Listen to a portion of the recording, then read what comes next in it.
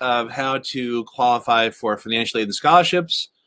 Welcome. My name is Andy Lockwood from Lockwood College Prep, and I'm here to run you through some how to qualify for. That's my other monitor, making sure that things are beaming out. So if you can hear me okay and see everything, please introduce yourselves in chat. Say hi. Let us know where you're from. That is always cool for us to see, where people tune in from. Pearl is womaning the chat behind the scenes. She is also, as a sort of reward for you in terms of showing up on time, she's posting what I promised you, which was an opportunity to get a copy of my book for free. How to pay, we just revised that, how to pay wholesale for college. So let's see here. All right. I see Jim from Dobbs Ferry, Brooke from Avon, Suzanne from Philly, Diane from North Carolina, Colleen from Manhasset. Yes, the mysterious Colleen. David from somewhere, other David probably from California, Randy Long Island, Andy looking snazzy, Colleen. That's so funny, sort of. I had a photo of me, I guess, when I went to the U.S. Open a couple of weeks ago, and a friend of mine, I was wearing this shirt, and a friend of mine said something like, "Hey, you look great in pistachio." That was, by the way, Pearl, that was Hal Lieberman, in case you're wondering. God. Yeah, from Minnesota. So anyway, okay, good. Sounds like we're coming in loud and clear. So here's what's going to happen. I'm gonna run through a quick presentation. Probably keep it to under an hour. That's the intent. I want to respect everyone's time for joining us. And you're going to hear a lot of stuff that's different than what you probably have heard from other parents or other perhaps guidance counselors or people like that. So just all I ask is that you keep an open mind. Don't shut down what you just because it sounds different. And I will be answering questions. Pearl's going to be kind of helping with that. And I'll stop in a few minutes to go over them once I get to a stopping point. Okay. So now I'm going to attempt to share my screen, which always makes my heart drop a little bit. And I'm going to go right into, actually, I don't even need these, financial aid and scholarship secrets exposed. So if you can see my slides, let me know. It looks okay in my monitor. So good. Tan. Oh, you said I'm looking tan. Colleen. That's funny. It's a spray tan. I did it for the webinar. All right, good. Okay, let's go. So here's what you're going to discover today. Loopholes and landmines to slash college costs, even if you think, what's the use? Or maybe you have stronger language. We'll never qualify for anything. I'm going to cover way more than 12 mistakes to avoid. I'm going to go over a couple of case studies of successful negotiations with colleges, and I'm going to have special tips for special categories, business owners and divorce families. Who is this for? This is for parents who have no friggin' idea how on God's green earth they'll be able to cough up $70,000 per year per kid, or parents who have the money. They just don't see the value or the return on investment in paying full boat. I think that is questionable at best. It's also for any parent who admits that they really don't have a clue about where to start, or they're just stressed out about any of this stuff, getting into college, paying for college, you name it. So if any of these or all of these describe you, you are in the right place. So just for a moment, imagine you had a magic wand and you could comfortably afford your child's dream college with zero stress or sleepless nights about how you're possibly going to pay, and without satelliting your kid or you with college loan payments for the indeterminate future. How great would that feel? That's really what we're trying to do tonight. The flip side of that is if you don't pay attention and you don't take notes and you don't implement the advice I'm going to be giving you, you have to kind of ask yourself, well, are you willing to risk crushing your kid's dreams by telling her you can't afford to send her to the college that she worked her butt to get into? She did her part. Are you going to do your part? You have the opportunity now. will your kid end up buried in hundreds of thousands of dollars of high-rate, high-fee college loans? Are you okay just needlessly forking your cash over to these rip-off colleges, possibly delaying your retirement for years while you struggle to pay off your loans or maybe your kids' loans? That's why this is important. Now, I do see a lot of familiar faces in the chat, but I know there's plenty of people who don't know who we are. So just really quick before we get into the actual instructional stuff here, you may be wondering who are the Lockwoods, who are Pearl and Andy, why should we pay attention? So 3 best-selling books, including the one that you can still download for a few more minutes as a reward for your punctuality. I'm also a sort of a paid trainer or coach to other financial advisors who want to learn about how to navigate the college financial aid system. And frankly, we get terrific client results, which is, to me, the only really important thing on this slide here. I'll tell you a little bit about my backstory because I don't always do this, but a lot of times people ask me how I got into this business. So back when I was attending college, I went to the, thank you very much, 4th most expensive school at the time, Wesleyan University. And my dad, who was a photojournalist, this is a photo of him with, you can probably recognize Fidel over there. My dad wrote a book about Fidel Castro, and he did a lot of other really high-profile things, but he was a freelance photographer, and he didn't really make a lot of money. By the time I was born, he had diabetes, and he was disabled and very low income. But he was a do-it-yourselfer type of guy, which was, as far as my mom was concerned, a disaster when he did taxes. He would just have all these piles of paperwork. He wasn't very organized, never did anything on time. My guess is that he didn't really see the value of hiring an accountant or other experts. So his attitude with me and loans and financial aid was, you know what, just go to the best school that you can. We'll figure it out. It's going to work out. Don't worry about it. This is how it worked out. It really didn't. Racked up 6 figures worth of a debt and struggled with all kinds of, I wasn't always able to make the payments. So crazy, credit issues and all sorts of stuff. And that's, why I say my dad didn't have a me. I don't know if he would have even paid attention to a me back then. But now I want you to know that I went through all these struggles. I learned all this stuff the hard way. You don't have to. If you pay attention to what I'm going to say tonight, you're going to fast track and shortcut all that horrible stuff. And frankly, one of the things that got us into this field is, we have 4 kids of our own, Pearl and I, and we swore to each other and to them that they would never go through anything remotely like what I went through. And if you're having trouble, for those of you trying to do the math here, that there actually are 4 kids here. That's not another head growing out of Pearl, a mini me head. That's that's her mini me daughter, Sammy. So. Anyway, but in terms of our clients, these are the types of results we always get for clients.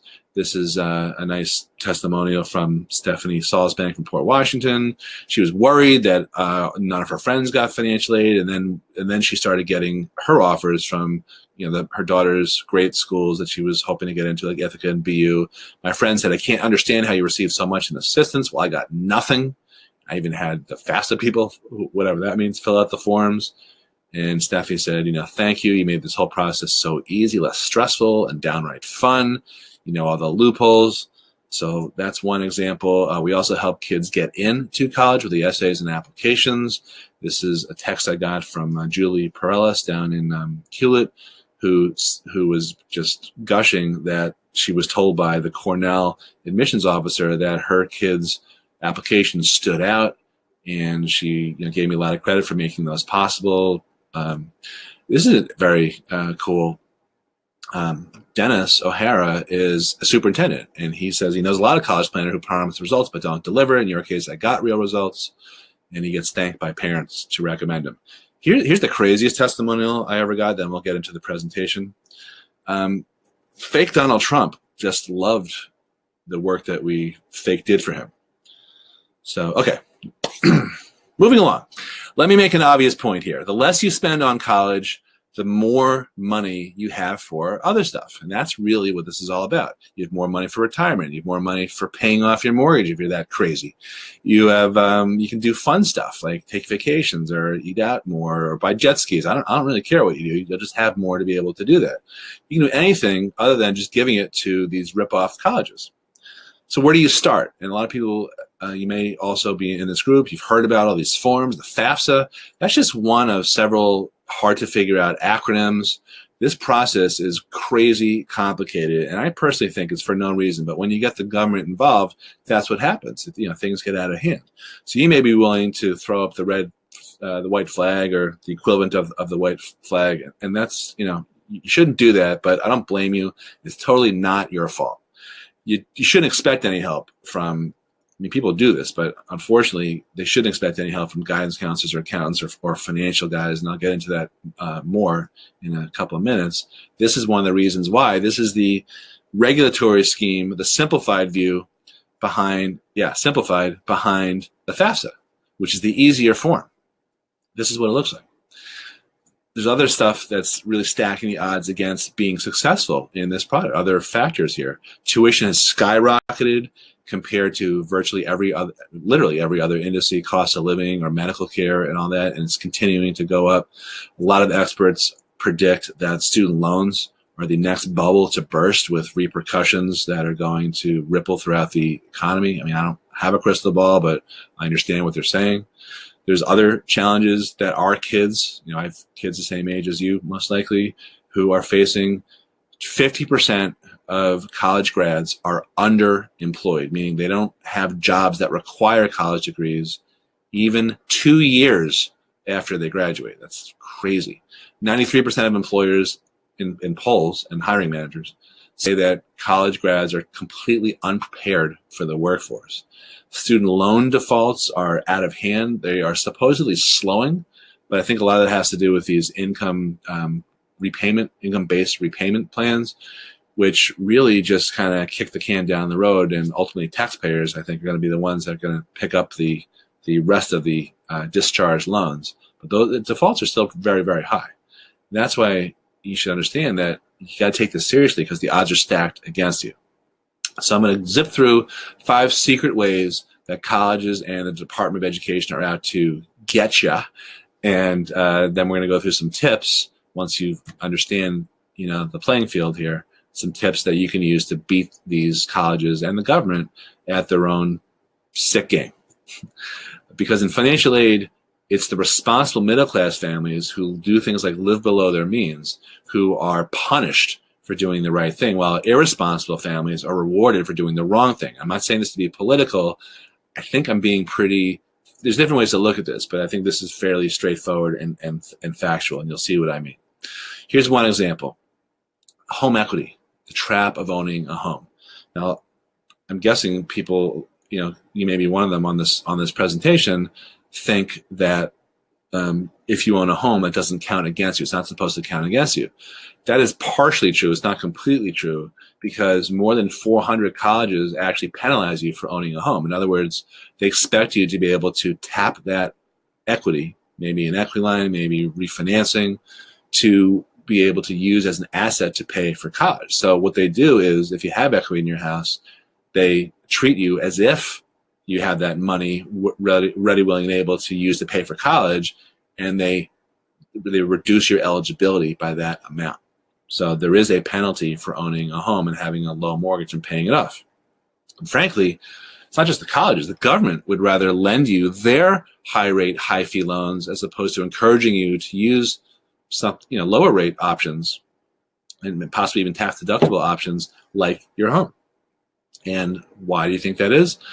Look at how much interest they make on student loans. I've seen studies that say that it's more than $1.5 billion per year. It's a lot of profit there. So that's one reason why the odds are stacked against you if you own a home. Secret number 2, colleges punish you in general for having a living, paying your bills, and saving money. But I will show you how to level the playing field. Third secret is that some savings that you can use, you can avail yourself of, don't count against you at all. They're completely penalty free. There are actually 4 exempt loopholes. I call it 4.5 exempt loopholes in the financial aid formulas that I will go over with you in a few minutes.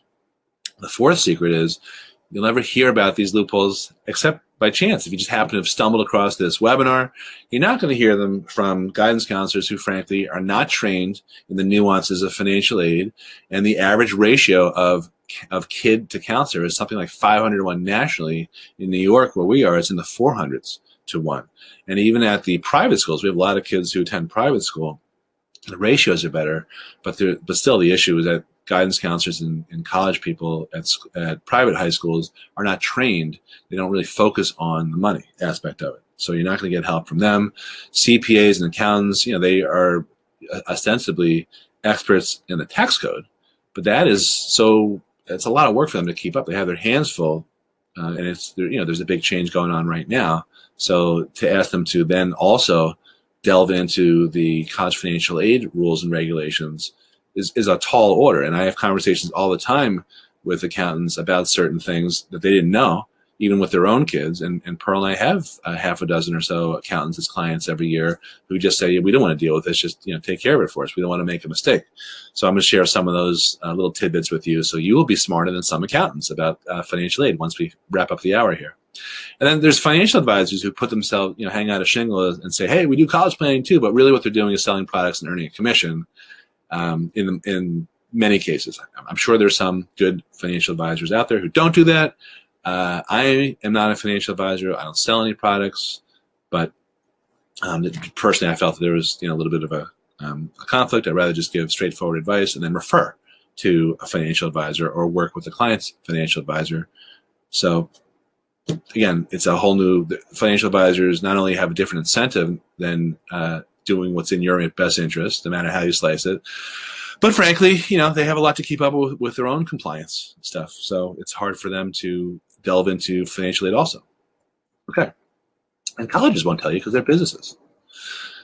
Their agendas are different than your agenda. You may be swayed by the college websites talking about how inclusive they are and how they want to give the best education, the best price. Okay, that's partially true, but they also have to care. They care very much about their U.S. News and World Report rank. They look at that every year. As soon as that magazine comes out, all the trustees and the president and the directors, they're all immediately looking, and then so they can brag about it and therefore attract more candidates, more applicants who pay application fees. The alumni, are a whole body that has another agenda. If they give a lot of money, they have a big say in who gets admitted and who doesn't. Diversity is a big thing, and that's very hot topic right now in terms of what's happening legally these days. So colleges, have a lot of them have these diversity quotas or quasi quotas, whatever you want to call them. They're constantly after money from the federal government for researching stuff. Frequently, frankly, it's like unreadable, barely publishable, obscure scientific stuff that doesn't get cited by other scientists, but it's designed in order to win grants for research. So they care about all this stuff that's got really nothing to do with quality of education or how successful a kid is after college. And they care about something called enrollment management, which is how they leverage or allocate scholarships and financial aid to students that they want more than others. So you may be thinking, you look at all this stuff and think to yourself, it's just not fair. And my answer is right. Who said it's supposed to be fair? If you're applying to college and you're looking at your college list, you're looking at Naviance or whatever you use, and you think, okay, I have a pretty good shot of getting in here because my grades and scores seem to be within reason. That's only the start of the conversation. The rest of the conversation is, are you an underrepresented minority? Are you a legacy? All these other types of things that can bear on your ability to get in. That's outside the scope of this presentation, but I just want you to understand that there's a whole lot of other stuff that goes on behind the scenes that you've never thought about, probably, when it comes to how colleges make decisions, both in terms of admitting kids and giving money out. And you just need to be aware that you don't know what you don't know. So let's go over some little known facts that you may not know, but you will now. The average discount, whether it's merit-based or need-based, is 49.1%, and that's according to the National Association of Collegiate Business Officers. It's not coming from me. That's average. The average discount nationally is almost half off. Fact number 2, most aid goes to parents who are in the top 25% of income earners in the country. It's six-figure earning families. And look, I know some of you are probably going to have questions about why. Let me just get through the presentation, and then, like I said, in a few minutes, I'll stop for questions. Okay, this is very important to understand. 25% versus 75%. At any given school, roughly 25% plus or minus, only 25% pay full boat, pay sticker price. They are subsidizing the other 75%. Most people are getting some sort of assistance. That is why I constantly say, and Pearl says the same thing, it's your choice to pay full price. You don't have to. You don't have to go to a school where you're going to pay full price. You don't have to choose to be a sucker. Colleges can fudge things all the time. I was just at a conference maybe a month and a half ago where I was kind of, I wouldn't say complaining, but I was kind of bemoaning to an admissions officer, the head of admissions, I think, from the University of South Carolina, where I said something like, look, it's very irritating to me that when I go look up what the requirements are for merit scholarships, it's always wishy-washy. It's usually something like, the recipients of the presidential scholarship tended to have GPAs of blah, blah, blah, and tended to be in the top blah, blah, blah of their classes and had SAT or ACT scores of, that bothers me because there's no real recipe. So I said, why is this? And she said something that kind of made me feel dumb for asking. She didn't mean it that way. She said, look, if we were to publish the exact criteria, like a recipe for what it took to get this money, then we would get way more applications that met those criteria, and we'd be forced to give that money out, and we can't afford to do it. Okay, so that's the reason they do this, but what I'm saying is that a lot of stuff can be fudged. So merit scholarships can be fudged if a college wants you badly enough, and so are need-based grants. Those can be fudged also. It's all based on the college's agenda. So just because you may think you're going to qualify, or you may think you're not going to qualify, or you went on the net price calculator of a college and you thought, oh, I have a good shot, and then you don't get anything, or sometimes it works the other way around. Again, it's because there's some stuff that you can control, and there's some stuff that, particularly the college's institutional agenda, that you cannot control, and you have to learn how to play the game. So here's how it all works, so you can get the money that you deserve. Here's the formula. And this is a writer downer for if you haven't seen this before. Even if you have seen this before, I think you should still take some notes here because you'll retain it better. So the formula is COA minus EFC equals your need. Cost of attendance is COA. That stands for tuition plus room and board and all fees for 1 year. So tuition might be $50. When you add everything else, you might be looking at $65,000, $70,000 for a cost of attendance. The main thing here that we're going to focus on for the next couple of slides is the expected family contribution. It's expected, not estimated. It's expected family contribution. So that is the amount that the government feels in its wisdom and glory that you can afford for 1 year of college. Doesn't mean anything other than it's an estimate of what the government thinks you can afford. Doesn't mean you'll pay that. Doesn't mean you won't pay that. It's just a formula. And then what's left over is your financial need, and that's the difference between the two. That's what the financial aid formula indicates that you are eligible for. But I want you to pay attention. That is not necessarily what you'll actually receive in financial aid or what you will pay in financial aid. These are just formulas and averages and all that. So a lot of times, Pearl did something like 300 forms last year for our clients. And someone will have an EFC and they'll be like, what? I can't afford to pay that. Or, oh, good, I get to pay that. In both cases, they're wrong. It's how colleges can apply these formulas differently. So that's what we're going to be talking about. So the big idea, or the most important thing in that formula, is this expected family contribution, because the lower your EFC, the more aid you get. It's based on many factors, but the most important ones, and everything I'm saying here and I'm about to say, is a gross oversimplification. It is not comprehensive. Trust me, you don't want that. I wouldn't want to do that. I need to wrap up before 3 a.m. Okay. So But generally, this is the important stuff. You will be way ahead of the pack once you understand this stuff. So income, assets or savings, and other assets, your parents' age, number of children in college at the same time. Those are very important. So I know I'm going to get some questions on that. Feel free to ask them. I will get to them in a few minutes. Here is just a simple kind of 2 different scenarios. And what this illustrates is that if you can figure out a way to lower your expected family contribution, so in this example, the EFC is $60,000, and the cost of attendance is also $60,000, therefore the family is showing need of 0.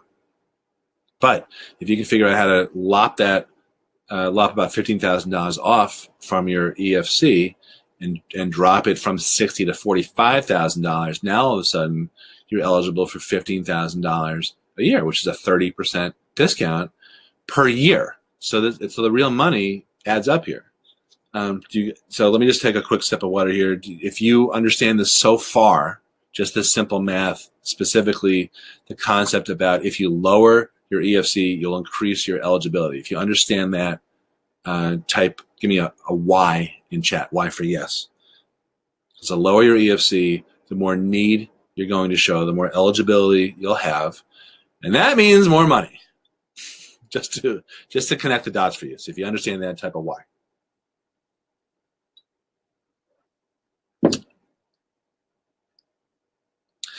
Oh, got a question from, all right, I'm seeing a lot of Y's here. I saw Brett say that the book download is gone. Yeah, we had it up for the first 10 minutes just to encourage people to show up on time. So it's now no longer available. All right, looks like you guys understand this. I got a yup from David. Apparently Y wasn't emphatic enough. All right, good. All right, so now let's talk a little bit more about EFC and drill down a little bit, especially when it comes to income and savings. So what I want to show you here are the percentages that the government uses of income and of savings. And I want you to note the difference here between parent savings and child savings, because that is where the potential opportunities lie to lower your EFC. It's not so much with income. So income is penalized. And when I say penalized, it's sort of synonymous with boosting your EFC. So you remember you want to lower EFC, but if you are penalized, they raise the amount they expect you to pay. So income is penalized between 22 to 47%, which means all income, by the way. It's not just your taxable income. It's also untaxed income. But savings, which I want to focus on right now because that's more practical, parent savings are penalized, and I'll explain what that means, are penalized at 5% and change. Child savings are penalized far greater, far more, up to 25%. So if you've saved $100,000, you are penalized $5,000 if it's in your name, and $25,000 if it's in your kid's name, like a UTMA or a UJMA or a custodial account. Sometimes people ask about the 529. That is a college savings account that does count against you. Most schools will use the parent number, the 5% and change.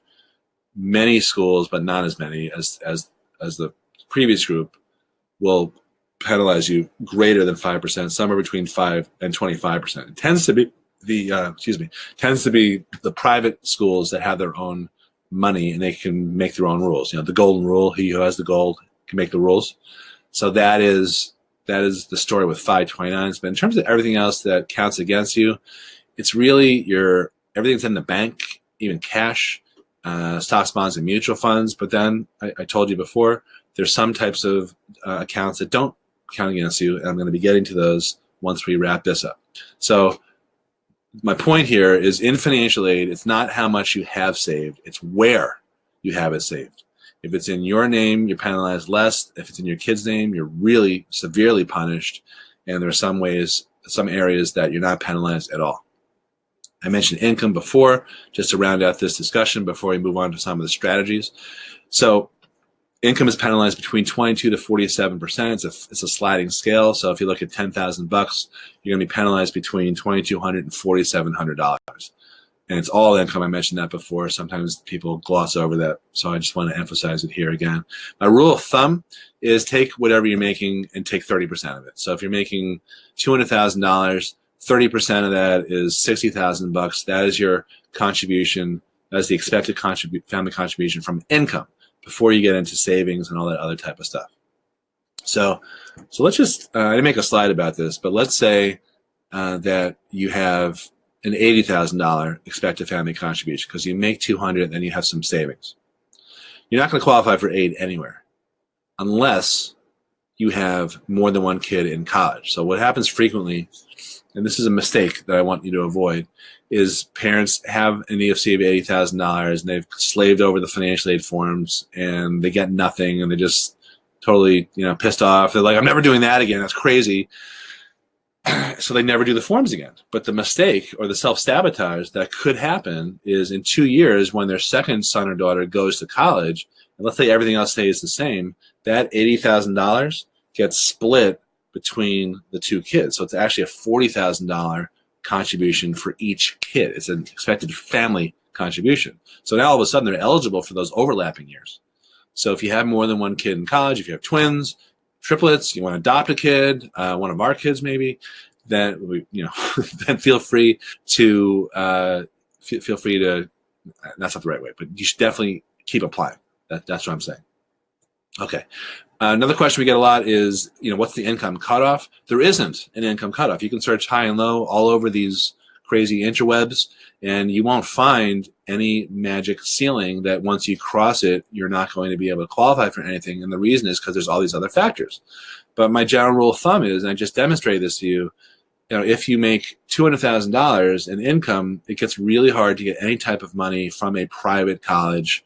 The closer you get to 200, the harder it is if you have only one kid in school. But if you have two kids in school, you can get a lot closer to 300 and still be eligible for need-based money. For state schools, either in the state, wherever you live, like here in New York or out of the state, you have to have a super low income to get need-based aid. So that's need-based. Merit, which I haven't talked about yet, there's actually more merit money out there than there is need-based, and that's where you might be able to really clean up if you're strategic about where you apply to college. So if you're a high-income family, if a lot of our families make $300, $500, $800 million or more, and we help them. Primarily we're coaching the kids on getting into the best colleges they can get in, but we also are very good at helping them free up money to from either from the colleges directly or for other ways. There's a lot of merit money out there. Okay. You with me so far? Just let me know if this is helpful. Okay, and I see that there's some connection issues, Pearl. You're helping people with that. We're not having any tech difficulties. We have a very high-speed access, but sometimes when you have other stuff running in the background or other people in the house are on, Xbox, Fortnite, Facebook, Insta, whatever, that can make but there's a reconnect button right at the top if you have any issues. And Pearl's saying to shut down other browsers. Yes, she is. Colleen is crying. I hope those are tears of joy, Colleen. You seem like a very joyful person from what I remember. I don't know if it's my tan. Okay, let's talk about assets. So this is what counts against you: cash, checking and savings, stocks and bonds, and 529s. I mentioned that before, but so the question about the 529 is not whether it penalizes you, it's how much. So I can't categorically say it's bad or good, friend or foe, whatever, but I do take issue with a lot of the marketing that the financial companies did for families that otherwise would have qualified for aid, who socked a lot of money into a 529 and then had their eligibility reduced or eliminated because of all that savings. If income is at such a point where if it weren't for the assets, you'd be able to qualify, then you could be shooting yourself in the foot by saving money in a place that's going to count against you. That's my big issue. But it's great for some people. It's not great for others. Okay, now we're getting into the good stuff. And by that, I mean, look at this good stuff right from the FAFSA. And what this is a kind of a an enumeration of what does not count against you. Not only what counts against you, but what doesn't count against you. No, I'm not going to read this. Thought about it, but I'm not going to. I'm going to summarize it, and I'm going to run through the 4.5, not 4, exemptions, or as I call it, the 4 horsemen of financial aid. The things that don't count against you. And by the way, the other way to look at this is if you mistakenly put this stuff on your financial aid forms, you will lose eligibility. You'll be shooting yourself in the foot. So these things are opportunities, but they're also landmines to avoid. All right. All retirement accounts are exempt. That means IRAs, SEP, Simple, 401k, 403b, all those accounts are completely exempt. They should not be put on the FAFSA at all. To round out that discussion, they are actually disclosable on another form, the CSS Profile. You have to check with each school to figure out which forms you file. But they supposedly don't count against you on that form either. So every college takes the FAFSA. I'm going to get into this a little bit more.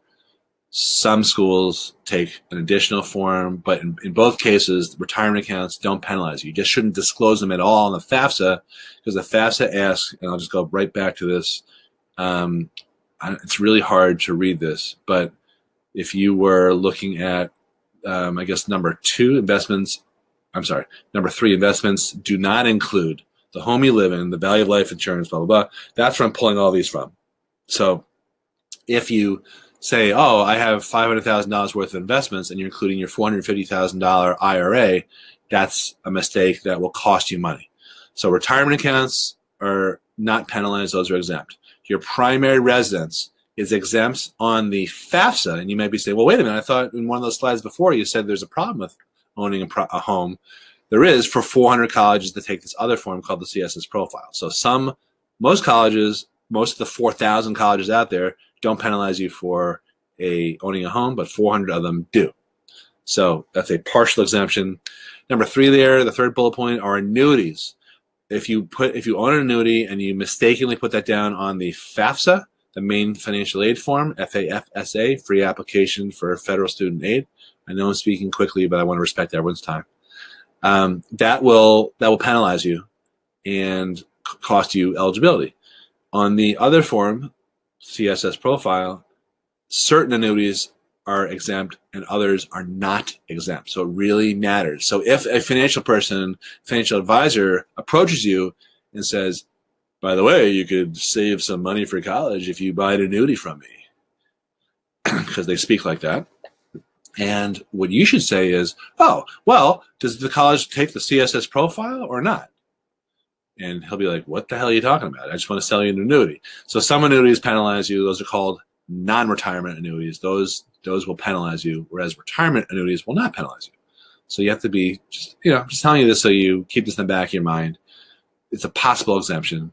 Then the fourth one is life insurance. Virtually every college will not penalize you for owning life insurance with cash value. So those are the 4 exemptions, and the 0.5 pertains to business owners, which you're just going to have to wait a few minutes for before I get into them. So it's retirement accounts, primary residence, annuities, and life insurance. And I'm sure we're getting questions on that. But again, I will get to them. I just want to get through the meat of the presentation. So if you are going to shelter your assets, notice how I didn't say hide, because that's sleazy. I want to give you a couple of examples and a warning. So if you have $250,000 in included assets, meaning stuff that counts against you, but you reposition it, maybe you use annuities and insurance or something else, you will then save at least $14,000, which is 5% and change in eligibility per year, just because you're moving from one bad bucket to a good bucket for financial aid purposes. However, this is our faceless legal advisor. You have to be really careful about really everything. First of all, this doesn't work for everyone. I can't, none of the stuff I'm saying works across the board categorically for everyone. So that's what my lawyer here wanted to remind me about. And the second thing is you have to look at all the potential negative consequences which even if this could work for you, the negative consequences or considerations will drag on the total return on investment you would get. So I'll explain that. But you may be wondering, okay, it sounds kind of weird. Is this even kosher to do? So I brought in our rabbi. His name is Shlomo to answer that question. He was in the middle of, teaching class to those kids behind him.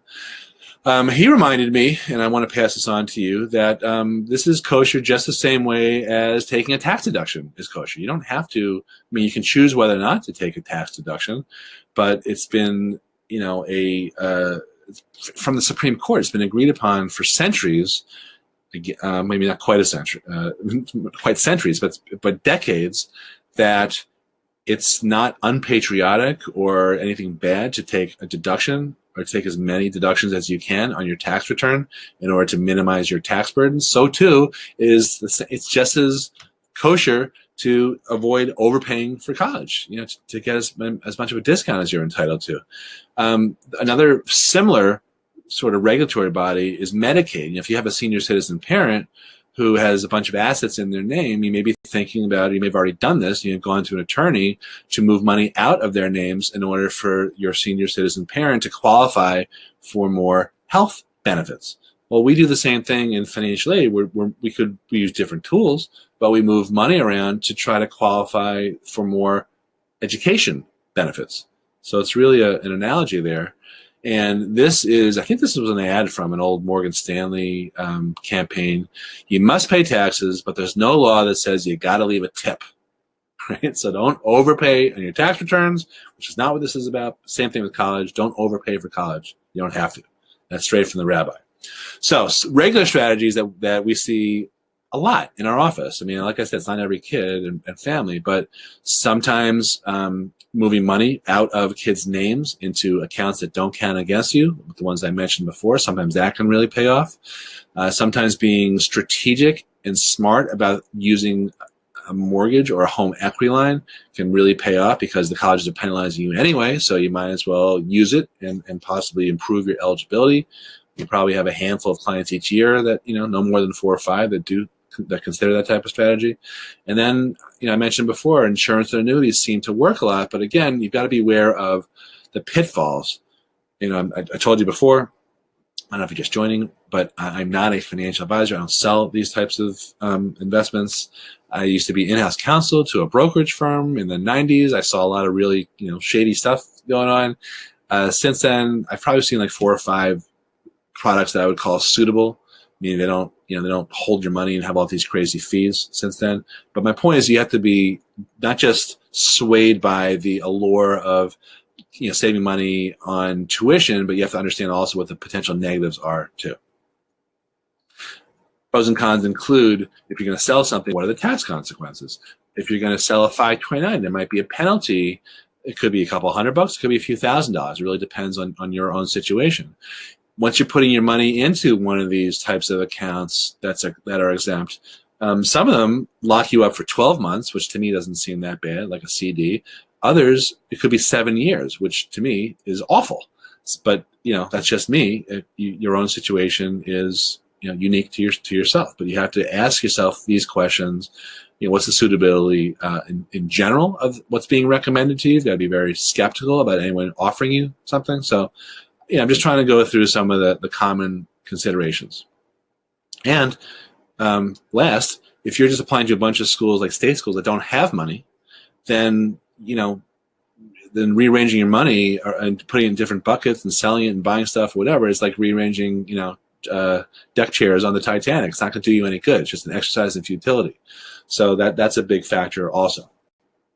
All right, are you guys finding this helpful so far? I'm trying to give you a lot of information in a very short period of time. Let me just take a quick drink of water here, and then let me know in chat with another one of those letter Ys. And yeah, I see some good questions here that I'm going to get to. Hello, Pinchy. Taryn had a good question. Julie. All right, Margot saying yes. Julie has a good question. Ron says yes. Pinchy. Annuities are tricky. Any specific annuity? Yeah. All right, everyone's saying yes, though. I'm not being coy. I have no idea what specific annuities work. The reason I'm saying that is because I'm not. Even if I did, I wouldn't tell you because I'm not a financial advisor. I don't want to, start giving investment advice because I'm not regulated, that way. But I've seen a lot of bad ones, but I've seen some good ones that will only require you to lock your money up for 12 months. And I referred all my clients to my friend Harry, who's in my office in Jericho, and he's the one to talk to about that stuff. So if anyone wants information at the end of this, I'm gonna tell you how you can book some time with me to talk about your situation. That's certainly one of the things people ask me about all the time. Let's get into the FAFSA. Okay, so every college in the country, if you want money from them, requires the FAFSA, and some of them, not all, require you to file a FAFSA, which is the free application for federal student aid. FAFSA. Some people say FAFSA. They are not right. They are dumb. Unless you say that. Everyone else besides you, dumb. It's FAFSA, free application for federal student aid. Clearly I have issues. I'm crotchety, but anyway, some colleges want you to complete financial aid forms to also be considered for merit-based aid too. So like NYU is as an example, they want you to do the forms even if they're going to laugh at you, which they tend to do. They're one of the stingiest colleges out there. It's about 102 questions. It's primarily used to give federal funds to low-income families, meaning $50,000, $60,000 max. And sometimes we see those families not getting everything they should get. It's relatively straightforward on its face when you're doing it. However, I showed you that schematic before. There's 1,100 pages of regulations behind the FAFSA. Every year there seems to be some kind of glitch. Pearl had a nightmare last year with it pulling incorrect information in from the IRS website. So it's just not as easy as it's not always as easy as it appears. And I showed you this before. That's the regulatory scheme behind the easy form. Now, there's another form, and this again, still in the gross oversimplification mode here. You'll thank me. The CSS Profile is used by about 400 or so colleges in addition to, not in lieu of, but in addition to the FAFSA. So you have to know what forms each college requires, and that's another mistake that people make a lot is they don't realize what's required, how to get the money, or when. That's another mistake. They file late. So it's about 200 questions. It's is it 23 pages? Do you know? I think it's more. It's at least 23 pages. It's like a small phone book. If you print it out, it's a lot. And it's used primarily by colleges that have their own institutional endowments for their funds.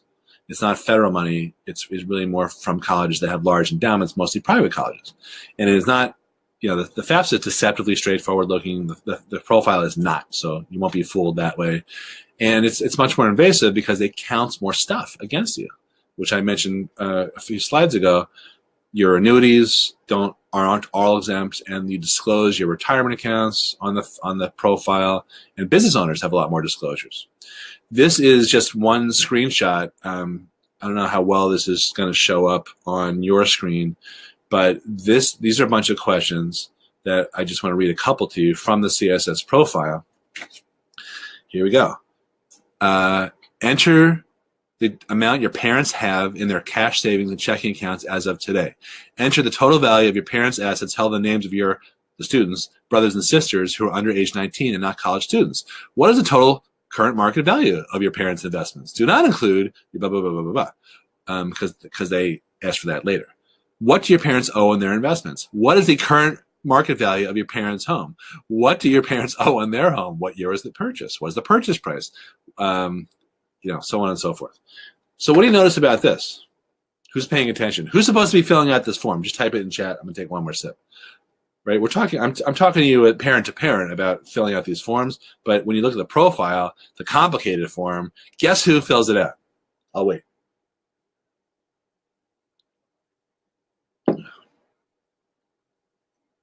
Who's sharp? Yeah, Will. Correct. Sherry, Ruth, Rick, Margot. Yeah, you're all right. Yeah. Can you imagine telling your kids, well, this is how much I have saved. There's another question. There's a lot of other questions, like how much do your parents think that they can afford for 1 year? Do you anticipate any help from friends or family paying for college? Here's how I answer that one. Ready? I'm an orphan. No, you have to say, don't give away the store. If someone has vaguely promised, I got money for the kid, don't worry about it. To me, that doesn't rise to the level of anticipated help. That it's not a check that cleared. So I say no to all those. How much can you afford? Pearl always puts whatever the expected family contribution is from the FAFSA or maybe less. Don't put zero, but don't put like $50,000. Do like 10 grand or something. They're just those questions are just designed to trap you. All right. So now let's talk about a few more mistakes. And there's two types of mistakes. There are mistakes of omission and mistakes of commission. Commission and omission. So an omission is leaving out something or not knowing something, and a mistake of commission is doing something actively. So these are just a couple. I've already talked about some of these. Oversharing is a big mistake, not only on social media and dinner conversations sometimes, but it's also in the financial aid forms. If you put down stuff, I mentioned this already. When you're writing, filling out the field, how much you have in your investments, and you include stuff that you shouldn't include, like your retirement accounts, it's not a dumb mistake, by the way. It's an easy mistake to make. We have, I told you, a bunch of accountants and financial advisors and lawyers and people who are very good at paperwork who are afraid that they'll screw this up, or who actually have screwed this up when they didn't use us, and they lost money because of that. So that's an example of oversharing information that shouldn't go on there. You can very easily blow a deadline, because you can look at the FAFSA and it'll say, hey, your deadline is, well, maybe not hey, but your deadline is June 30th, but the college financial aid priority deadline probably the previous November or December or February or something like that. So you need to look at each college's priority deadline, and they're not easy to find on the websites. So that's a big mistake that people make. Another one, this is really two mistakes in one, but it's the same type of mistake, just getting stuff wrong in terms of date of birth or social security numbers. A lot of times when Pearl's doing all these financial aid forms, she's always pulling information right from the tax return, and sometimes it gets spit back after she files from the Department of Education, and they'll say that you have the social security number doesn't match up or something like that, and she'll go back and check the tax return, and she entered everything incorrectly. The problem is that the accountant has been using the wrong social security number for years. So you have to really be hyper vigilant and spazzy about checking everything: dates of birth, social security numbers, mixing up kid stuff and parent stuff because the forms bop around. That's another mistake that people make. A lot of times they don't know what forms to file. That information is also on each college's website. You've got to be very vigilant about that. Just understand that even little clerical errors can have huge negative money-losing consequences. Even the innocuous mistakes, don't blow them off. Don't be, in the rest of life, who cares if you don't make your bed in the morning, or you make a right on red a little too late without a camera around or something. But in financial aid, even little mistakes can literally cost tens of thousands of dollars. So you can't do these forms at the last minute. You can't rush through them. You got to be very precise. All right. 2 years ago, there was a change about the look back period for the FAFSA. And when I say look back, I'm talking about income right now. So now, if you have someone graduate in 2019, the income that counts, that's going to form the basis of your financial aid forms, is what they call prior, or 2 years ago, which is 2017. So your tax returns from 17 count for 2019 graduates. If you have someone graduating in 2020, then it's your 2018 tax returns. You get it. And I said this before, the look back applies to income.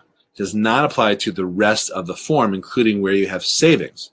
So what these changes mean for you is that if you are sheltering money, if you're moving money around and you're going to sell stuff and you're going to possibly have tax consequences that are going to show up on your tax return, you want to do it before that base year. So you want to do it before the 2 years before. So a lot of times people say, well, I have a sophomore, I feel like I'm doing things kind of early.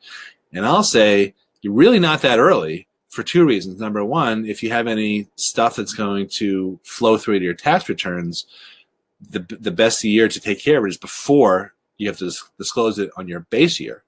And the second thing is, frankly, once your kid hits high school, they're starting to create a body of work that's in terms of extracurricular activities and classes taken and summer stuff and everything else that will ultimately be judged by the time they are seniors. But you may not have your meeting with your guidance counselor in high school until like the end of your sophomore year, the beginning of your junior year. 2 years after you've begun creating a body of work and made choices and decisions that will have ramifications when you're being judged by an admissions officer. So it's really, to me, it's not too early if you have a 9th grader or a 10th grader and 11th grader. You still have plenty of time in most cases, but the later you wait, the fewer options you have. So yeah, I think if you get this stuff done before your base year, you won't have a paper trail. And I mentioned this, the body of work starts in 9th grade or even earlier. Okay. Now we're going to talk about merit money. There's more, I mentioned this before, there's more merit money than need-based money. My recommendation is, or just observation, you can decide what to do with this or not to do with this, is apply to schools that are not only these reach dream schools that you have to beg, borrow, and scratch and claw your way into, but schools where they're going to want you. So if you look at all the kids who are admitted the previous year at a given school, and you look at their median scores and grades, and you can do the math and figure out based on the number of kids who are admitted how you compare. If you're in the top 25% or better against that cohort, you have a really good chance not only getting in but getting money from them. And it's okay to be the big fish in a small pond, particularly if you're going to go to grad school later. Where you are more likely to have a higher GPA as a big fish. You definitely have a better shot at getting money at a school that you were lucky to get into, and so forth. So don't think of it as settling. If there are any kids watching this, think of it as being smart and strategic and playing the long game, not the short game, not the rear window sticker bragging rights game. Playing the long game. Okay. And I think it's a great idea to apply to colleges that compete with each other, because then instead of you chasing the schools around, you can kind of engineer things so they do it to you. And understand, I mentioned this a couple times, but I'm repeating it again, private schools tend to be more generous. All right, now let's get into a negotiation case study. This is Rick. Rick usually doesn't dress like this. He owns a wings restaurant in Port Washington right near us. I recommend the garlic, honey garlic. And this was, a while ago. This was 6 years ago, I think. And he initially received a pretty good offer from his daughter's first choice college, which is kind of hard to see. $23,000 and change. But that wasn't enough for him. He needed more money. The school was, it's even more expensive now, but he wanted more money. So I'm going to walk you through generally how to negotiate, and then I'm going to do the case study.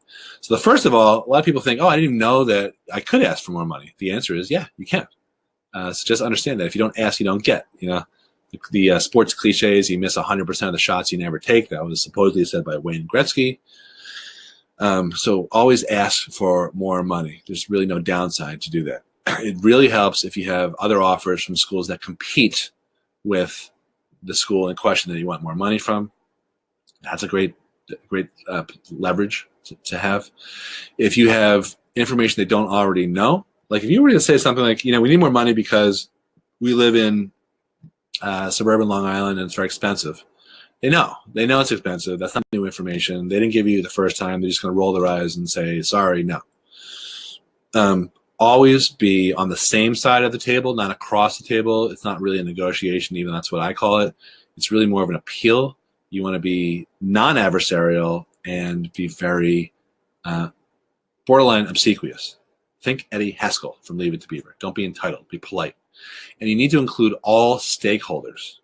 So here's what I mean by that. So in Rick's case, his daughter's first choice was USC. And by that, I mean Southern Cal. I don't mean new USC, which is... it's not new, but it somehow became USC, South Carolina, University of Southern California, the Trojans, if you will, not the Gamecocks. Trojans. So many jokes that I'm twisting myself into knots to not say. Must control self. Okay, so Alexis, when she was a junior and we were starting to work together in the beginning of her junior year, I said to Rick, you should consider applying to some schools that USC competes with. And he said, well, she doesn't really want to go anywhere else in California. And I said, no. I mean, she was applying as a communications major. So I said, Syracuse has a great communications program, Newhouse, and there are a few other schools. Let's apply to some of those schools too, just to try to solicit an offer from them so we have that in our hip pocket, because I think you'll do pretty well, based on her grades and scores and all that. So that's what happened. USC had gave a nice offer, but Alexis got better offers from these two other schools. So we showed USC these two other offers, and we wrote a letter, which I will outline to you. And this is exactly what happened. Crickets. Nothing happened. There was a big problem. And this went on, this dragged on. What was it? Rick forgot to include all stakeholders. So the gist of the letter is, thank you very much for your very generous offer. This is Alexis's top choice school. She would be thrilled to go there. However, I'm very concerned about college costs. I'm concerned about my ability to be able to afford to send her there. And, we're being forced to consider these other schools that, frankly, came in with much better financial aid offers. So if there's any way, and I'm attached, so we show them the offers. If there's any way at all that you could possibly either meet or even exceed these other offers, then I can assure you that we'll rush in our housing deposit. I mean, that's really the gist of it. The problem was he didn't remember, and I caught him on video so I can prove this. He didn't remember that I had told him that he needs to also send the letter to admissions, not only to financial aid, but to admissions, because admissions are not the bean counters that financial aid officers are. Admissions cares about the ratio of kids who are admitted who actually show up. It's called the yield. And if it takes a few extra bucks to get a kid to come, then they may loosen the purse strings a little bit. So that was what he forgot to do. So he quickly, once he realized this, because I pointed out to him in a very blunt way, he rushed the same letter that he'd sent previously only to financial aid, and he rushed it to admissions, and they called him, I think the same day, if I remember the story right, and they said, hey, we didn't know about this, tell me, give us some more detail. And then they said, well, who are you working with in financial aid? And Rick said, I don't know, I can't get through with that to anyone. They said, oh no, you're probably with the wrong person. I'm going to escalate this, and you're going to talk to the right guy. So lo and behold, Rick got a phone call either that day or the next day from the right person in the financial aid office, who asked him a few questions, mostly having to do with the value of his house and the other offers from the other schools. And they quickly revised the offer, and they moved it from $23,000 to $53,000 and change, which was an increase of $30,000 for that year, and it continued for each of the other 3 years after this. So there was like $120,000 swing just from negotiating. So it really helps to have additional offers. Okay, business owners. This is just a couple of slides. If you own a business, you want to pay attention, because there's another loophole that I'm going to illustrate by telling you a story. Business owners are treated differently in the financial aid forms. There are more disclosures, but there's also some advantages. So here's a story about Tina, who actually lives in our district, and she called me after a lot of this had happened, which usually is not so helpful, because my hands are kind of tied once the die is cast. I think I just mixed some metaphors there. So her daughter got into her top choice school, which is NYU, which is pretty stingy, but she also got into some other private schools, but she received 0 across the board, and she thought something was wrong. I said, I don't know, what you did. I don't even think I can help you at this point. She said, I'll just pay you to come look at my forms. I really feel like I made a mistake. So we sat down, and I actually saw it right away. So I asked her 2 questions. I said, one, so what percentage of the business do you own? She was, I think, 50-50 with her husband, Jeff. I asked her how many employees she had. And she told me, they're a pretty big firm. They have all this equipment. They do excavation work for the county. But they had maybe 18, 20, 22 employees. I said, okay. What I knew is this exemption right here, which I know you can't read, so I blew it up here. Business value does not include the value of a small business if your family owns and controls more than 50% and has 100 or fewer employees. That's the important part. Her business employed 20-ish employees. She she took a value when she did the forms based off of her financial statements, which totally makes sense, but not in the bizarre world of financial aid. So she was able to, I was able to say, listen, the value of your business is really zero, not the artificially high amount that you put on your forms. So what happened next was we, meaning Pearl, corrected her financial aid forms and resubmitted them, and I wrote an appeal explaining all this type of stuff, and NYU reevaluated it, and she got $25,000 from NYU per year. So far, unless we saw her a few months ago, it's $75,000 that she is up. So remember that if you're self-employed, the value of your business is almost always zero. And if you employ more than 100 people, but you're firing a bunch of people tomorrow, don't mention my name. Okay. I'm going to wrap up here by talking about divorced and separated families. Understand that there's one appropriate family member, parent, to file a FAFSA, and that is the custodial parent. It is not the non-custodial parent. And the custodial is not necessarily the parent who takes the tax deduction, who declares the kid as a dependent on tax returns. Two totally separate things. There's Department of Education rules and there's IRS rules. Totally separate. Now, to round out the discussion, there are some CSS Profile colleges. Remember, there's 400 colleges that take the CSS Profile. A chunk of them, maybe a third, maybe more, require the non-custodial parent to also fill out a profile and disclose their information.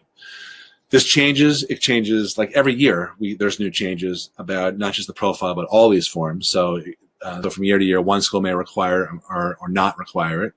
And the second thing is, I don't think that they count the non-custodial parent dollar for dollar the same way they count the custodial parent.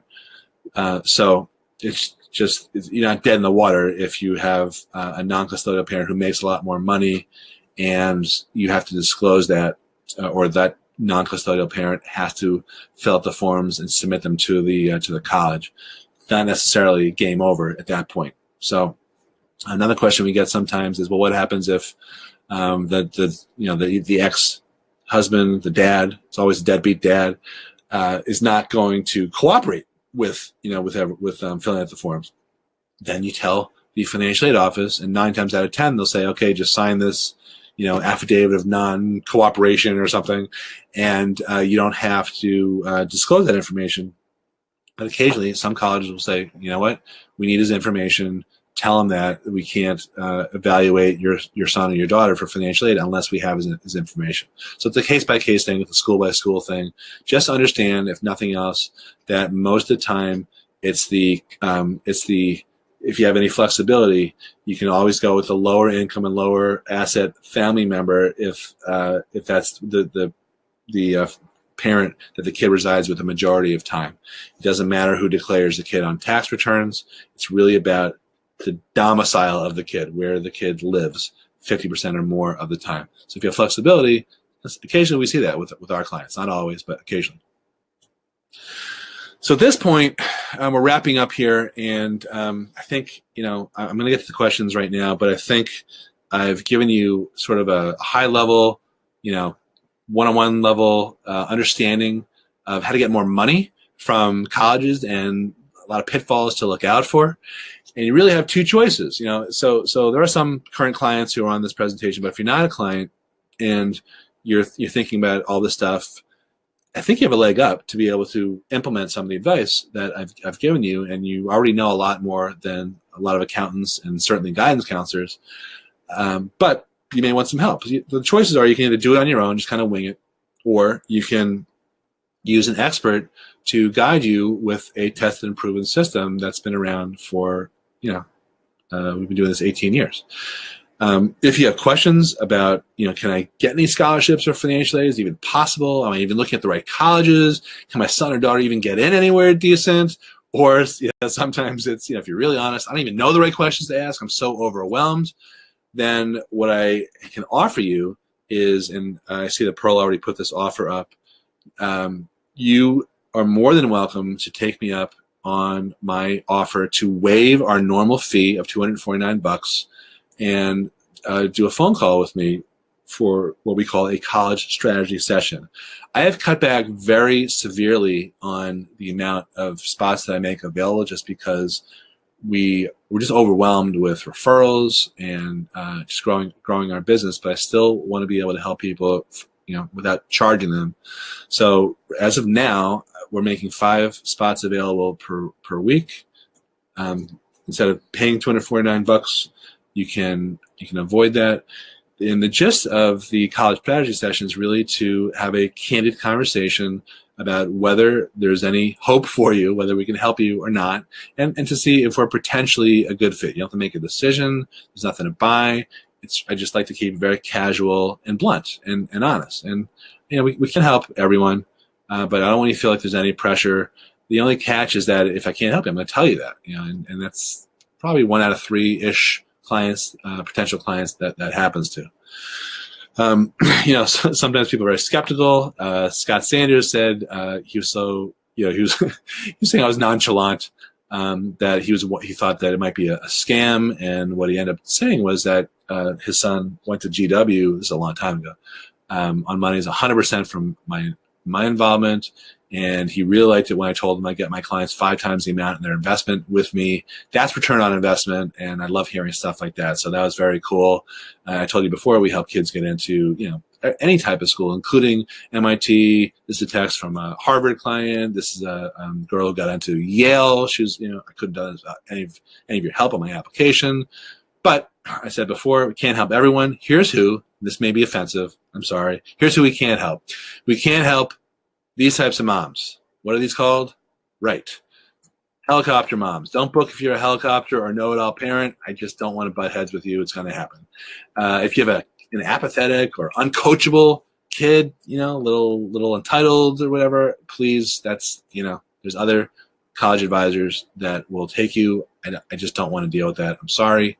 I don't mean to sound crotchety, but I am.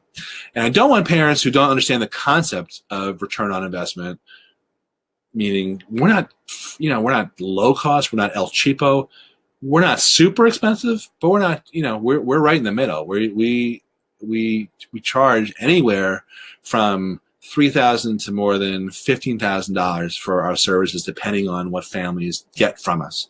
And it could be, just help with finances. It could be help with college advising. We also do test prep. We also do career and majors advising. And there's a few other things, but we charge for it because the value that we deliver. So anyone doesn't understand that concept of return on investment, meaning you get what you pay for, then we don't really want them. And frankly, even though we are expensive, we have a lot of low-income families or people who come up with the money because they realize how important this is. It's kind of like if you needed an operation, and you were told you need to come up with 10 grand, or you need to get out of jail and you need to come up with 10 grand to post bail, you'd find a way to do it, right? I think that, figuring out what the hell you want to do with the rest of your life and going to college and graduating without debt is a very important thing too. And that's, the results that we're able to get. I shared some of those with you. I think that's why, it's important to understand the value of the advice we offer. But we're definitely not right for everyone. So if we're not right for you, that's fine.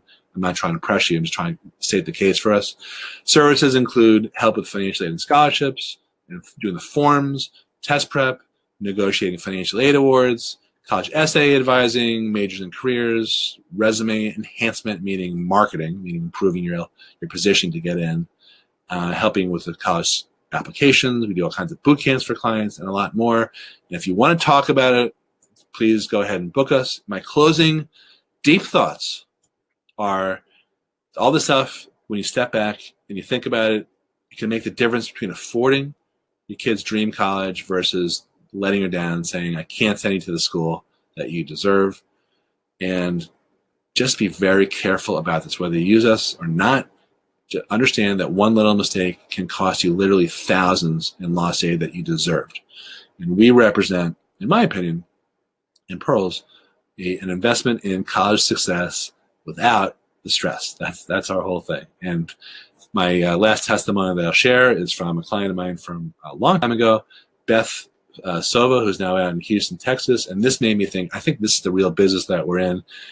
From the moment I walked into your office, I felt an enormous weight was lifted off my shoulders. Thank you for all that you've done to my precious girl. So I really appreciate, Pearl and I really appreciate hearing things like this. Much more rewarding than the money and that we make from this business, the emotional capital.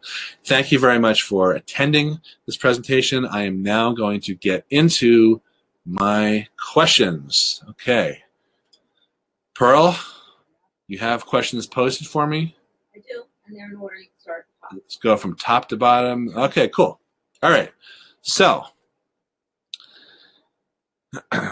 last sips. Okay.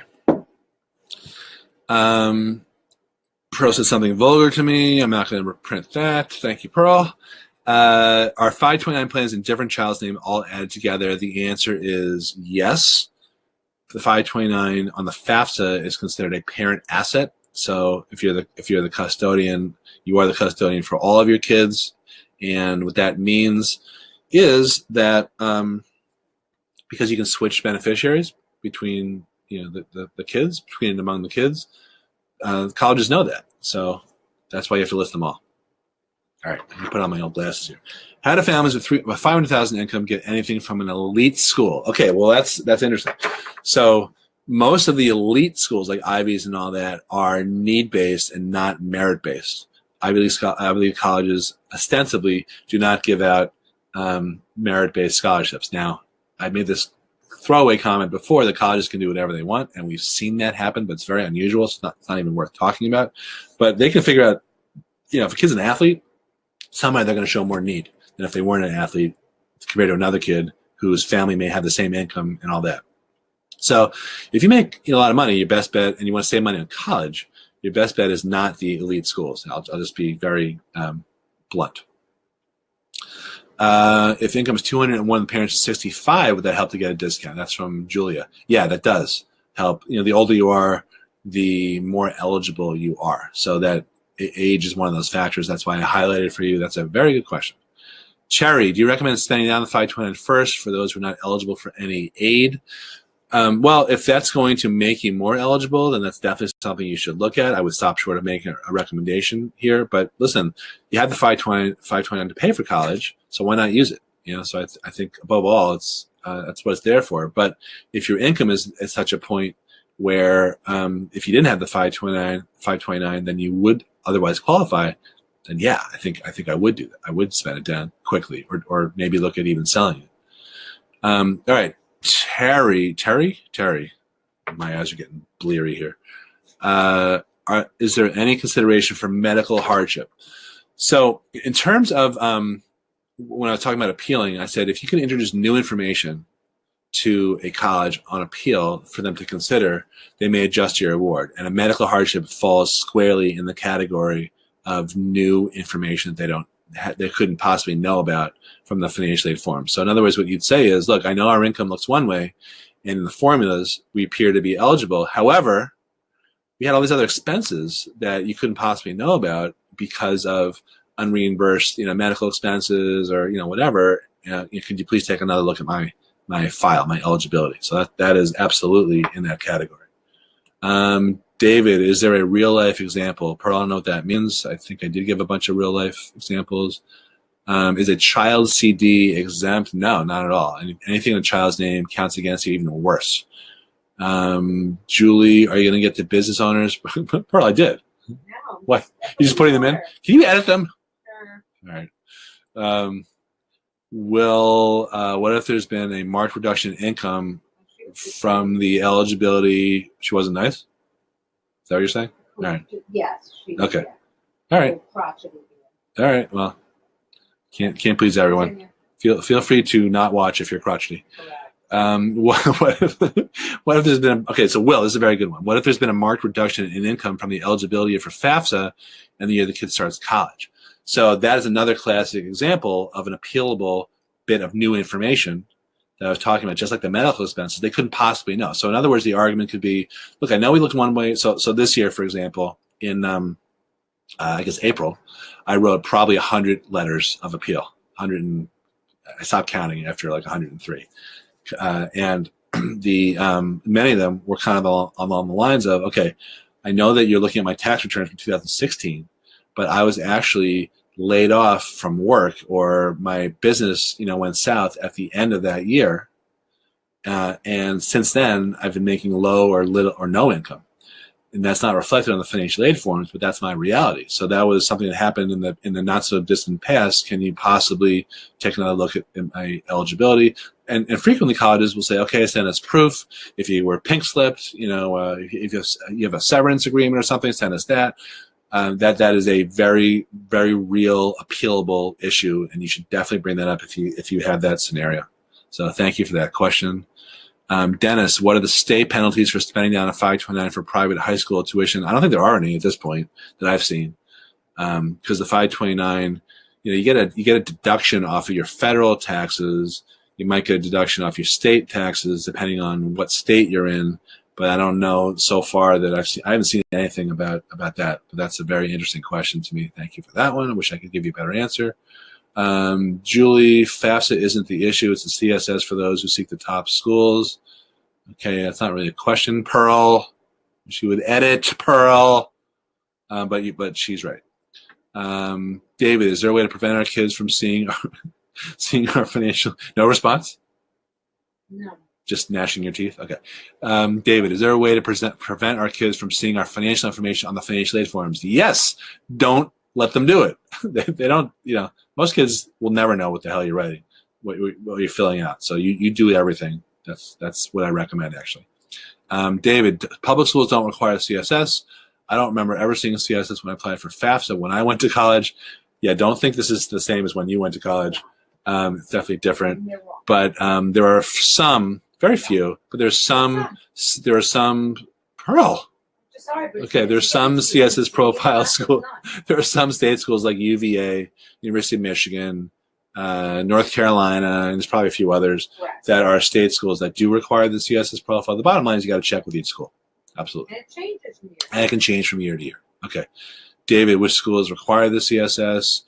That is a school by school. You can look on the College Board website, and you'll ultimately get to a list of schools that require the CSS Profile. It's several hundred. Katie, but not all private schools. That's important to know. Davis. Okay, Pearl. I've heard that filing as head of household can make life difficult with FAFSA. Is that true? That is probably not true, right, Pearl? It depends on the situation. Yeah, that's an advanced level question. Yeah, it's like, is the 529 good or bad? It can be good, it can be bad. Kevin, is a state school, none of this matters. State schools give money, it's just they give federal money for low-income families, and they give merit money for a qualified out-of-state kids too. They'd rather give $5,000 or $10,000 off to an out-of-state kid who's going to class up their rankings, their grades and their scores. Mary Lou, my son's a freshman this coming September. Can I start sheltering now? Yeah, I think the sooner you do it, the better. You want to keep it off. So if he's going to graduate in, I guess, 2021, it sounds like your base year is 2019. So this is the year to make some moves if there are going to be some tax consequences because they won't appear on your 2019 classes. Going to be a freshman is coming. Oh, that could be in college. Okay, got it. Sure. I mean, you can shelter for the following year because you reapply for financial aid every year. Yeah, I just automatically assume as a freshman in high school. Okay. Ron, does Ivy League also have these merit funds? They don't call them merit funds. They claim they don't give merit funds, but we've seen them give merit funds. They're not supposed to, though. Gary, the problem is that it seems that every school, even the ones that are not considered to be prestigious, report average GPA of 3.8 and median 50% test scores, blah, blah, blah. Apparently, I'm the only one whose kid isn't a genius. That's right. You have you should give your kid a special test. Now, you're just looking probably at the wrong schools, but there's a lot of grade inflation for GPA. One of my jokes that I say all the time, I said today in the office, is that it seems like everyone applying to college is a leader. There are no followers applying to college. But, you have to be you have to look outside the top 30 colleges. That's my suspicion of what you're doing. Julie, but the 100-employee rule doesn't apply to CSS schools, does it? Right, that is correct. However, I gave that case study of Tina who got more money from NYU and a bunch of other schools. They are CSS Profile schools. So in my experience, the value of the way it's supposed to work in terms of how a CSS profile school looks at a business value is they will take a certain amount and discount it, and then they'll go ahead and use the 5%. So the problem is that there's no published formula. So at a recent conference that I was at, I actually asked someone about that specific scenario too. I said, so let's say your business is worth $200,000. How much are they going to write down that value before they assess the parent contribution of 5%? And they said, usually somewhere around blah, blah. They didn't have a straight answer. But my point is that almost all the time, the value of a business should be either zero or very low, and it's not going to count against you unless you inflate it artificially. So good catch on that one. Lisa, what would be considered a competing school with Wash U? So Wash U, is one of these elite Midwestern private colleges. So you can look at some of those other schools like, I don't know, UChicago or something. But they also compete with, a lot of schools on the East Coast that are similar. If you're applying as a writing kid compared to something else, you can look at other colleges that have writing programs. So that's how I would look at it. And sometimes schools, it's easy to figure out they compete with each other because they're in the same conference athletically. Cheryl, what about if one parent is deceased? So that doesn't necessarily get factored in the formulas that way directly, but indirectly it comes down to income and savings. And a lot of times, widows of of a spouse have low income and high assets. And then that, which is actually the perfect storm for us to be able to reposition assets and get them a lot more aid. So we have a client last year.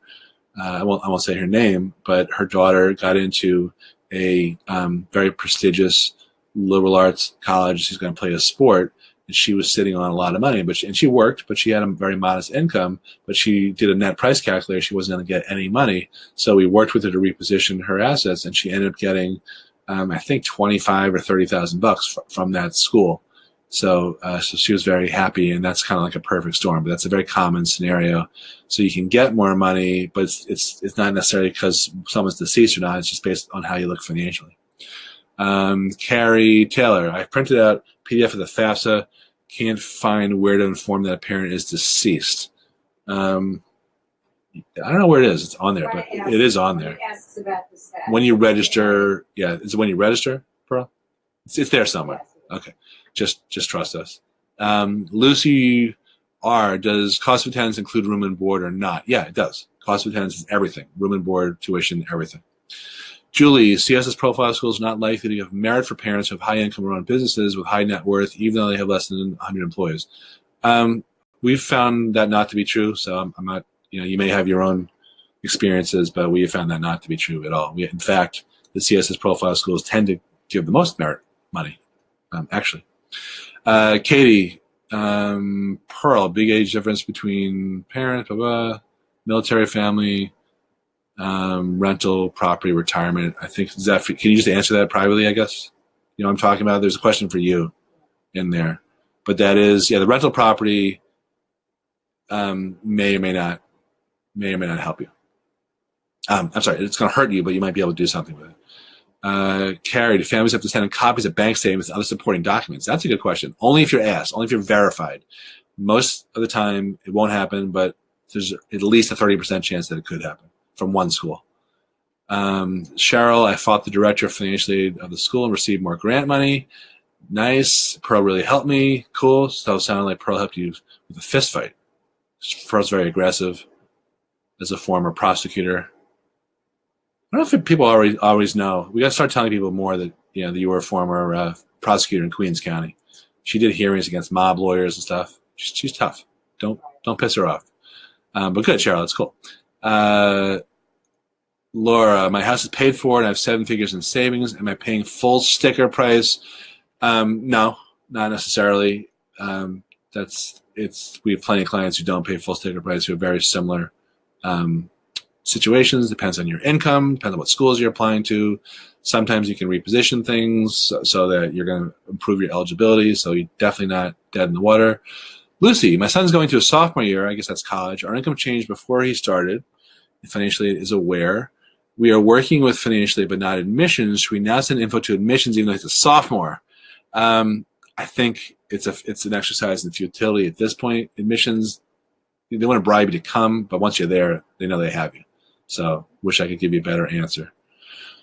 Rob, with the new Tax Act, has it created new planning opportunities that were not available previously? A little bit. For example, the thing about spending $10,000 of a 529 towards college, towards high school, private high school, private secondary school, that could be helpful. David, screw college. What's the number to that truck driving school? What's funny is we have conversations like this all the time because we have, so Pearl sees everyone's tax returns and financials. We have doctors, lawyers, and accountants. We have, truck drivers, construction contractors, auto body guys, electricians, you name it. And more often than not, it's those, kind of blue collar truck driver type guys who, they may have a good income, but they have a lot of assets. A lot of times they're doing really well financially, better than the first category. So it's a funny comment and it's a bittersweet comment. Thank you for that moment. Stacy, if you get a scholarship for freshman years, it's similar for the next 3 years. You have to reapply every year. Okay. Need-based aid, you reapply every year. Scholarships, which are merit-based, usually you get them every year, provided that you hit the minimum GPA that's required. So there's a distinction there. That's good. David, do kids need to sign the financial aid forms? Yeah. There's a, what is it now? The FSA ID and the PIN? I don't know. No, FSA ID usually. But does a kid sign the forms? In effect, they are signing the forms. Electronically. Okay. Yep. Ron, your rule of thumb was that the income portion of the EFC was 30%. So you have very low assets but high income. Will you still be expected to contribute at least 30% of your income? In other words, will low assets not add to the EFC or possibly reduce it? They're looked at independent of each other. So there's no, they just get added together. So if you have a high income and low assets, that's not going to help you or hurt you any more than if you had high income and high assets. It's all about each individual component. So that's kind of a situation where you're not going to qualify for need-based aid generally because it's a lot easier to reposition assets, but you can't really do anything about income unless you want to risk going to jail.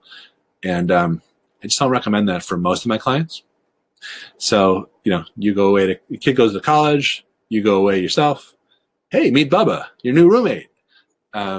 So yeah, it's not going to, they're not going to say, oh, you make $300,000, but you have $3 saved, so we're going to lower your EFC, to $20,000. Not at all. It just won't penalize you as much as if you had more money saved. Okay, so I think that we are almost done here. Pearl, you got anything else that came in? Okay. All right. So listen, if you have some, I said this before, but if you have any one-on-one, not for public type of questions for us, and you're interested in potentially exploring working together, see if we're a good fit and all that, then please feel free to take me up on this offer. We had a lot of people register for this. I still see about 70-something people on. We had 160-something registered. So, I think those spots are going to fill up very, very quickly. So if you are interested at all, go ahead and click the college strategy session offer. Otherwise, thanks a lot for watching. It's been about an hour and a half, so I want to respect everyone's time. I know you had other things to do as opposed to sit in front of your computer. So thanks a lot for spending this time with me. And on behalf of Pearl, thanks a lot, and talk to you soon. Bye-bye.